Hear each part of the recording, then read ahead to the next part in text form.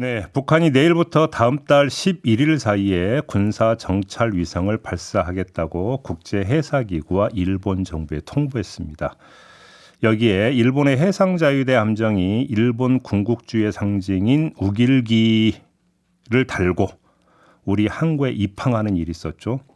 자, 짚어야 될 게 여러 가지가 있는데요. 국회 국방위원회 야당 간사를 맡고 있는 분이죠. 김병주 더불어민주당 의원과 이 문제 짚어보도록 하겠습니다. 어서 오세요, 의원님. 네, 안녕하세요. 김병주입니다. 일단 군사 정찰 위성을 북한이 쏘아 올리기로 했고 오늘 새벽에 나온 거 보니까 6월 중에 쏜다. 네. 또 이렇게까지도 이야기를 했는데 일단 통보를 했어요. 네. 이 통보한 건 어떻게 해석을 해야 되는 겁니까? 쏘겠다는 의미죠. 국제 해사기구에 미사일 그런 걸 쏠 때는 미리 통보합니다. 왜냐하면 안전 목적상이죠. 낙하하는 부분에서 네. 피해가라고 하기 네. 위해서 배들이. 예, 이것이 쏘게 되면은 1단 추진체하고 네. 페어링 2단 추진체가 떨어집니다. 그렇죠. 그래서 그 안전 목적상 이런 것을 사격할 때는 꼭 국제 해사기구하고 그렇죠. 또 국제 항공기구에도 통보를 합니다. 두 군데 영향. 그래서 그것을 인공 군사 위성을 쏠 걸로 예상이 되고요. 또 이렇게 국제 해사기구에 통보함으로써 부수적인 효과도 있다고 봐요. 어떤 요건이요? 예를 든다면은 북한이 ICBM 사격하는 것이 아니라 군사 위성을 쏟는 것이다라고 이렇게 하고 선전 효과도 있을 수가 있겠죠. 근데 바로 그 지점인데 국제사회가 지금 반발하고 있잖아요. 네. 그러니까 비난하고 있고 이제 이것이 결국은 인공위성을 쏘아 올리는 로켓 기술이나 네. 탄도미사일 쏘아 올리는 기술이나 똑같은 것이기 때문에 네. 바로 이 부분 아니겠습니까? 네, 그렇습니다. 사실 ICBM 기술이나 네. 군사위성을 쏟는 우주 발사체나 같습니다. 그 앞에 인공위성을 부착하면은 우주 발사체라고 그렇죠. 명칭을 하고 탄두 그렇죠. 포탄을 하면은 ICBM 탄이 되기 때문에 네. 이것은 북한은 규제를 받죠. 2006년도에 북한이 핵실험을 했을 때 유엔 안보리에서 네. 17185 제재를 결의를 했어요. 그때 이러한 것들이 위반이다라고 결의가 된 것이죠. 그래서 북한은 미사일뿐만 아니라 ICBM이나 이런 우주 발사체가 국제적인 규제를 받고 있는 사항입니다. 근데 저 바로 이 지점에서 제가 궁금한 게 하나 있는 게 지금 그 북한의 그 대륙간 탄도미사일 개발 현황이 네. 완성 단계에는 이르지 못했다라는 분석이 많이 있었잖아요. 네. 그런데 지금 이 정찰 위성 그 쏘아 올리는 것과 관련해서 뉴스를 보면 이미 북한은 이 로켓을 쏘아 올려서 정찰 위성까지 갔는데 네. 이미 그 정지 궤도에까지 도달한 바가 있었다. 그 전에 이런 네, 보도가 있었죠. 있었거든요. 네. 그럼 이 두 가지를 매치시키면 어떤 결론이 나오는 겁니까?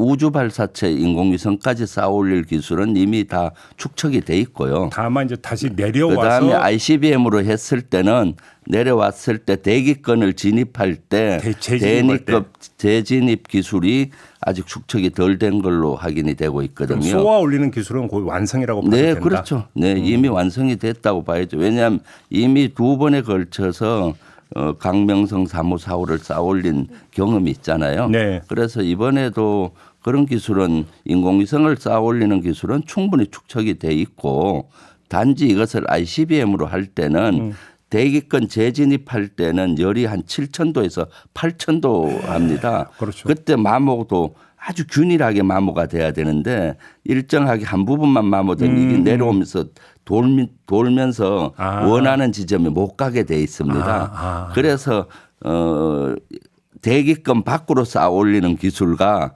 대기권 재진입 기술은 재진입 기술이 훨씬 더 어렵다고 봐야 다르다. 되겠죠. 네. 그러면 쏘아 올리는 기술은 이미 그 완성 단계 때문에 굳이 다시 쏘아 올릴 이유가 없잖아요. 그래서 지금 북한은 군사위성을 쌓아 올리겠다는 겁니다. 네. 2021년 노동당 8차대에서 8가지의 군사기술을 발전시키겠다 하면서 군사위성을 쌓아 올리고 우리 대한민국과 한미전력을 감시하겠다 이런 의도를 갖고 있는 거죠. 그래서 이번에 군사위성을 쌓아 올리겠다라고 지금 호언하고 있고 얼마 전에도 그런 군사위성을 보여줬지 않습니까? 네. 그래서 어느 정도 군사위성이 성능인지는 아직 확인이 안 되고 있는데 지난번보다는 좀 더 진척이 되지 않았나 생각이 바로 듭니다. 그 지점인데 그러니까 네. 로켓 기술 쏘올리는 그 범위 안에서의 로켓 기술은 거의 완성 단계에 있고 네. 그럼 이제 그 뭐 위성 이제 기술이 문제인데 지금 말씀하신 게 얼마 전에 이제 북한이 공개한 사진 보면 해상도가 극히 떨어져요. 네, 그렇죠. 근데 그때 이제 김 여정이 되게 발끈하고 했던 거 제가 기억이 네. 나는데 이건 어느 정도로 지금 추정이 되고 있습니까? 어느 글쎄 정도 와 있나요? 그거는 좀 더 미지수입니다. 사실 인공위성 쌓아 올리는 거 보여준 걸 가지고는 판단하기 어렵거든요. 그런데 지난번보다는 조금 더 진일보하지 않았나 싶습니다. 우주 발사체도 많이 향상됐다고 봐요. 전에 쌓아 올릴 때는 노동에 쓰는 엔진을 4개를 묶어서 이렇게 일단을 썼었고 얼마 전 이번에는 아마 화성 17호 같은 백두산 엔진을 쓸 걸로 예상이 됩니다. 그래서 우주 발사체 쌓아 올리는 기술도 훨씬 진일보했을 것 같고 그 인공위성은 그렇게 많이 진일보한 것 같지는 않아요. 네, 그래서 그것은 좀 더 두고 봐야 되겠죠. 그럼 위성보 제 역할도 못하는 거 굳이 쏘올릴 이유가 있을까요? 네. 일본이 그래서 지금 낙하하는 어떤 뭐냐 파편이든 그 추진체 이런 것들을 쏴버리겠다고 지금 발표했잖아요. 네. 이건 어떤 의미를 갖고 있다고 그것은 이제 우주 발사체를 쌓아 올리면은 그걸 요격하겠다는 게 아니라 그러니까요. 이것이 비정상적으로 낙하될 수가 있잖아요. 아니, 일본 예를 들어서 영토로 영토나 영해로 들어올 때는 그것을 이제 패트리어트 미사일로 요격을 해서 피해를 줄이겠다는 걸로 보여져요. 왜냐하면 패트리어트 미사일은 사거리가 고도 20km에서 30km 정도밖에 안 되거든요. 이미 일본 상공을 갈 때는 대기권을 벗어나 있는 상태입니다. 그런데 비정상적으로 문제가 생겨서 그대로 낙하할 수가 있잖아요. 일본 영토 네. 쪽으로 날아올 경우에 네, 그렇습니다. 공해상으로 날아올 때가 아니라 네, 그런 걸로 보이죠. 공해상은 그 사거리도 안 되고요. 사실은 패트리어트 미사일로는. 네. 지금 동창리 서해 위성 발사장에 새로운 발사를 짓고 있는 위성 사진이 공개되는데 여기서 쏜다고 봐야 되는 겁니까? 글쎄요. 그것은 좀 두고 봐야 되겠습니다. 기존 발사대로 할지 뭐로 할지는 두고 봐야 될 것 같고 그 어떤 발사대를 쓴다는 거는 큰 의미는 없을 것 같아요. 그래요. 네, 예, 예. 아무튼 쏘아올리면 다시 안보리 제재는 따라붙는 거가 기정사실인 겁니까? 이렇게 봐야 되는 겁니까? 안보리 제재가 따라 붙어야 되는데 지금 중국과 러시아가 안보리 제재에 동참을 하지 않을 겁니다. 네. 그래서 지금 북한은 전략적으로 되게 유리한 상황에 있습니다. 그래요? 지금 윤석열 정부에서 한미일 이러한 훈련을 강화하고 한미일 공조를 강화하다 보니까 지금 북한과 중국, 러시아 구도처럼 돼 있고 그렇죠. 우리가 중국과 각을 세우고 러시아 각을 세우니까 중국과 러시아가 동참하지 않음으로써 지금 북한에게는 오히려 전략적 여건은 유리해져 있는 상황이죠. 알겠습니다. 그것이 우려되는 지점입니다. 다른 문제 좀 여쭤볼게요. 그냥 우길기라고 부르겠습니다. 네. 우길기를 단 그 일본 지금 자위대 그 함정이 입항을 했는데요. 일단 평가를 좀 해주신다면. 저는 자유함기 자체가 우리 부산항이나 이런 데 입항하는 걸 반대합니다. 네. 네, 왜냐하면 일본은 영토적인 야심을 잊고 다 그런 독도에 대한 영유권을 강조하고 또 지금 역사도 부인하는 상태이기 때문에 그 자체가 부적절하고 만약에 그럼에도 불구하고 들어와야 된다면은 우길기를 달고 들어오면 안 되죠. 우길기는 군국주의의 상징이며 친번국의 상징이잖아요. 우리 역사 문제에 대해서도 인정을 하지 않고 또 독도 영유권 주장도 더 강화하고 있거든요. 그런 상황에서 우길기를 달고 들어오는 것은 우리 국민들을 무시하고 국민들의 정서상 맞지 않는 것이죠. 근데 우리 정부가 우길기라는 표현이 아니라 자유함기라고 하는 표현을 계속 쓰는데 이건 어떻게 평가하세요? 그러니까 왜 자꾸 일본 편을 드는지 모르겠어요. 예. 사실 우길기와 자유함기는 유심히 봐야 차이가 있죠. 그러니까 약간 위치만 다른 게, 약간 그러니까 원형의 위치만 약간 변해. 원형 위치가 정센터에 있는 약간 치우쳤는. 네, 예. 그러니까 사실 휘날릴 때 보면 우길기인지 뭐 자유항기인지 똑같지 않습니까? 그래서 자꾸 우리가 뭐 자유항기다라고 일본을 대변하고 있는데 네. 윤석열 정부 들어와서 더욱더 그런 것이 심해지는 것 같습니다. 우리가 사실 그런 것들은 냉철히 봐야 되는 거죠. 우길기는 사실은 우리가 일본이 쓰게 해서는 안 됩니다. 만약에 나치기를 독일 해군이 달고 다닌다면 용인할 세계 국가가 어디 있습니까? 근데 이게 지금 일본 해상자유대 깃발이라는 거죠. 그러니까 그것을 국제적인 여론을 만들어서 네. 일본 일본 해상자유대의 우길기 문형의 자유항김을 하게 해서는 안 되는 거죠. 그래요. 네. 근데 그냥 뭐 다른 문형을 해도 되는데 군국주의와 전범기의 상징을 그대로 쓴다는 것은 말이 안 되는 그러니까 거죠. 엄밀하게 얘기하면 그 우길기를 단 일본 해상대 함정이 그 우리 그 영해에 들어왔느냐 안 들어왔느냐가 중요한 게 아니라 네. 일본 해상자위대가 전범기를 사용하고 있다는 그 자체가 본질적인 문제인 거죠. 네, 그렇죠. 그렇습니다. 지금 나치기는 쓰는 데가 없잖아요. 독일도. 그러니까요. 국제적으로 그건 악마화돼 있어서 어디든지 그거 들고 있으면 비난받지 않습니까? 그렇죠. 네. 그런데 우길기는 지금 버젓이 자유함기에서 비슷하게 달고 있잖아요. 사실 우리는 일본의 가장 큰 피해국입니다. 그래서 이것은 계속 우리가 문제 제기를 하고 국제 여론을 만들어서 일본 자유함기에 그걸 쓰지 않도록 하는 것이 중요합니다.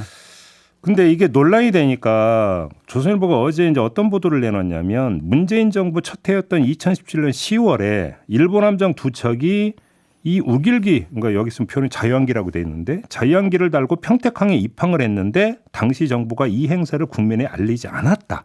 이렇게 네. 보도를 했어요. 네. 이건 어떻게 받아들여야 되는 겁니까? 저는 일단 그 뉴스를 보고 사진 자체가 군사보호구역인데 어떻게 찍었는지 이 해당 기사 네. 보면은 사진 출처를 독자 제공으로 했더라고요. 그러니까요. 그러면은 그것은 군사보안 위반 소지가 일단 있고요. 아 그런가요? 여기가 네. 그러면 이제 네. 여기는 그러니까 그 평택함 자체가 함부로 찍으면 안 되는 네, 건가요? 그렇죠. 함부로 찍으면 안 되는데 그런 사진이 버젓이 이렇게 언론에 누가 제공했는지는 모르지만은 예. 군사보호법 위반 소지가 사실은 군사 위반 소지가 있는 것이고요. 저 사실은 좀 확인이 필요한 사항입니다. 혹시 저도 그러면 아침에 군 봤어요. 당국이 제공했을 가능성도 있다고 보시는 겁니까? 글쎄요, 그것은 뭐 장담하기가 어렵겠죠. 그래요? 네. 그리고 또 자꾸 과거에 뭐 우길기를 어느 정부엔 달았다, 어느 정부엔 달고 왔다 이런 얘기하잖아요. 그것은 사실은 그런 논리는 저는 아주 부적절하다고 봅니다. 왜요? 왜냐하면은 예. 지금 일본은 과거보다 점점 강도를 높게 독도 영유권도 주장을 하고 있고 그래서 안보 3대 문서에까지 기록을 할 정도로 네네. 그리고 역사에 대한 부인도 더 심해지고 있잖아요. 이렇게 점점 심해지고 있고 이런 상황에서 저걸 과거에는 이랬기 때문에 지금 이런다는 건 안 맞아요. 과거 진보 보수 정부 할 것 없이 우길기 문제를 계속 문제를 제기했다면은 네. 지금쯤은 자유함기가 바뀌었겠죠. 네, 그래서 과거 어느 정부든 저런 것들이 용인됐다는 것 자체는 저는 지금 생각해 보면 잘못됐다 이런 생각을 갖고 있습니다. 사실 본질적인 문제는 그리고 흐름상 본질적인 문제는 한미일 군사 공조가 강화되고 있는 이 흐름 아닙니까? 네, 그렇죠. 이건 어떻게 평가하세요, 의원님은? 이것은 사실은 북한 핵미사일의 대응을 위해서 좀 효과가 조금 향상될지 몰라도 네. 잃는 것이 훨씬 많죠. 잃는 게 많다. 네, 대한민국을 위기에 빠뜨릴 수가 있습니다. 어떻게 위기까지요? 조금 그러면은 한미일 구조와 북중러 구조로 대립 구조가 만들어지잖아요. 예. 조금 전만 해도 북한이 예를 들어서 인공위성을 쌓아 올린다고 했을 때 제재 수단이 없잖아요. 그러면 어떻겠습니까? 유엔에서도 제재를 못 해요.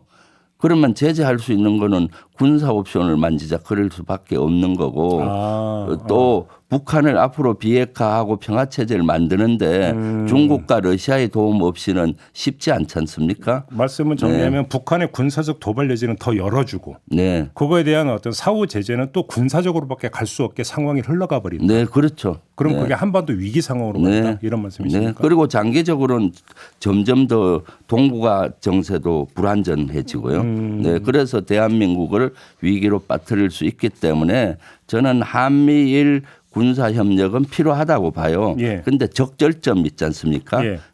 정보 공유 수준, 그 정도 수준에서 멈추고 더 나가서는 안 된다. 이것을 더 강화하다 보면은 얻는 것보다 잃는 것이 훨씬 많다. 이렇게 생각을 합니다. 알겠습니다. 시간이 다 됐는데 짧게 하나만 여쭙고 마무리할게요. 우크라이나에 지금 포탄 지원한 겁니까? 어떻게 봐야 되는 겁니까? 이 포탄 문제는? 그것이 이제 지원 가능성을 열었기 때문에 네. 지원하는 것은 시간 문제일 것 같아요. 근데 형식상 우리가 미국에 수출을 했고 네. 미국은 그렇게 쟁여놓고 자기네 포탄을 우크라이나한테 지원한 거라고 하면 문제가 없는 것으로 형식상으로 그렇게도 볼 수 있는 거 아닌가요? 아니죠. 우리가 아닙니까? 보유한 것을 미국에 판 것이 아니라 대여 형식일 확률이 많아요. 대여. 예, 그 재산권은 우리한테 있을 수가 있거든요.